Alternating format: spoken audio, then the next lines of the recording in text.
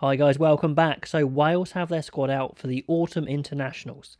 And what a list of international games they have. 4 games in total. They probably don't need 4, but they do need the money, so I can kind of understand that.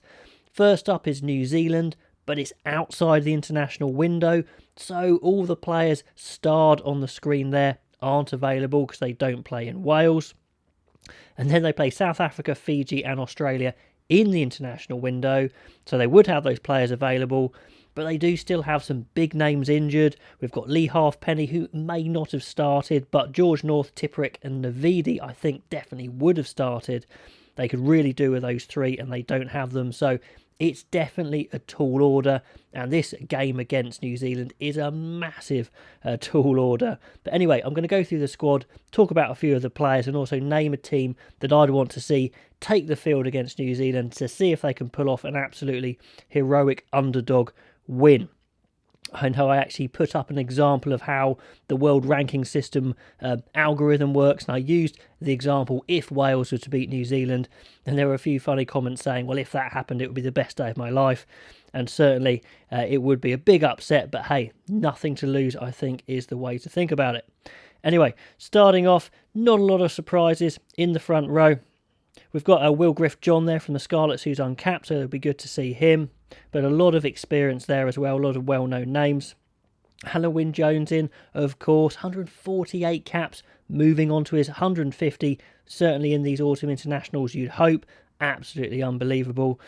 Then you've got Adam Beard, who increased his reputation massively with the Lions tour. Really interested watching him going up against the likes of Retallick. That would be absolutely fantastic. The South African second rows. I think he's the real deal. Let's see if he is. Another second row to keep an eye on. Seb Davis, really getting into his stride. 9 caps at the moment, but he could make a charge towards the World Cup as well. Then we've got young Christ Schuinzer, who is an excellent prospect. 19 years old now. Of course, Wales might need a miracle to beat the All Blacks, but they won't be able to call on him because he's very cannily signed for Exeter Chiefs. So he won't be available since he's playing in the Premiership. At 19, will we see him in this series? Well, maybe against Fiji potentially, but 6'6", serious athlete. Definitely one you guys have been excited about for a while. You've been dropping his name in the comments for a while, so we'll see. If he does feature, I'm sure it'll be in the back row, but maybe as he gets older, the second row will be his home. Ross Moriarty will be needed massively with his experience. With Navidi Tipuric injured, they'll need his muscle. And Faletau not available for the All Blacks. Another back rower, Thomas Young, recently signed to a Welsh club, so he can be selected in the squad finally. Only 3 caps to his name, but he's a much better player than that implies. A brilliant ball player. If you want a link 7, he's the man. A bit of a rugby genius, to be honest. 29 years old, still playing great. Looking forward to him. And then Ellis Jenkins coming back into it, trying to win more of those 11 caps, coming back from injury, playing well. And he really got to that close to world-class potential before he got his big injury for Wales. So good to see him back. And then Wainwright Faletau rounding it off. And like I said, Faletau unfortunately not available against New Zealand. At half-back, it's a massive slugfest, to be honest. Who's going to win the battle of the scrum halves? Thomas Williams, Gareth Davis or Kieran Hardy? To get to that number 1 spot, Gareth Davis probably has it at the moment, but I'm tipping Thomas Williams to become the best scrum half for Wales.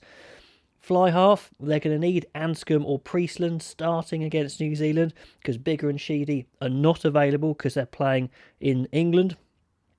Johnny Williams could make a charge at 12 for sure. Jonathan Davis is not a shoo-in, I don't think, for the World Cup.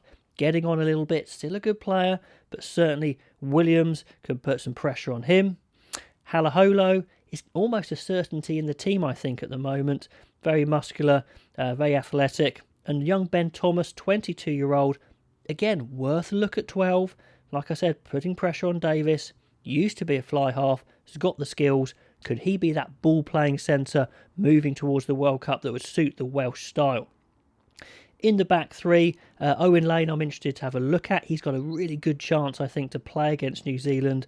But once Lewis Rees-Zammit comes back, I think he'll be slotted in. So could be a big chance coming up for Lane.